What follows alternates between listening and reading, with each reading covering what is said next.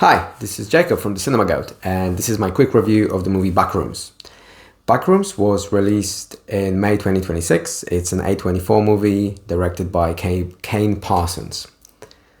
Kane Parsons is a YouTuber, for the lack of a better word, and this film is based on his own web series called Backrooms, which deals with those endless, creepy office spaces that are referred to as liminal spaces. And whether these spaces are extra dimension or anything else, this is where the movie takes place most of the time. I did not particularly care for this film after watching it. I enjoyed pretty much the first half of it, as the characters explore these endless spaces. It is quite mysterious, intriguing, it's shot pretty well. And so for the first 40 minutes or so, I had fun.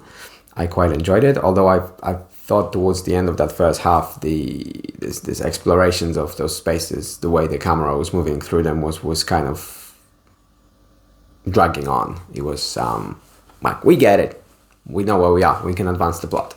And about halfway through, the movie switched to handheld footage, which I generally am not a big fan of, and I think in this particular case they stayed in this handheld mode for must have been about 10 minutes. I think it was way too long for what it was. And then afterwards, into the second half of the film, they started unraveling the plot, explaining certain things, etc., etc. And the second half, I did not enjoy it at all. I was very disappointed.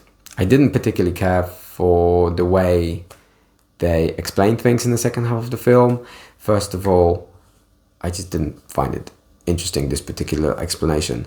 But even more so, it's the way they did it, because they did it mostly through exposition, dialoguing exposition. And, the golden rule is show, not tell. So I feel like this film really fails on that front. At the very end of the movie, it is clearly a setup for milking this idea and turning it into a franchise, whether it's going to be prequel, sequel, spin-offs, series, whatever. We don't need that. That's the bottom line. The performances were pretty decent. The main two roles are played by Chiwetel Ejiofor and Renata Reinsve. They both proved in the past that they could be formidable performers, but in this film they're okay. It seems like the script doesn't really give them much to play with anyway, but they were decent. In overall, I think this film is skippable. It's probably too long as well. It's 1 hour and 40 minutes. If it was hour and a half, like 85-90 minutes, maybe it would have been a little less a drag. And maybe if the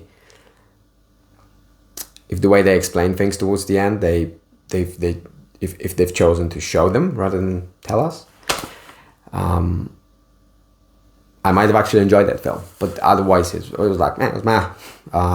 Yeah, so it is skippable. I may add at the end that Kane Parsons is like, he's like 21, and this is his first film. For someone's first film and someone that young, it's actually pretty good, I think. But then again, when I look at the credits, there is like 10 or 12 producers. So it's not like he was alone in this journey.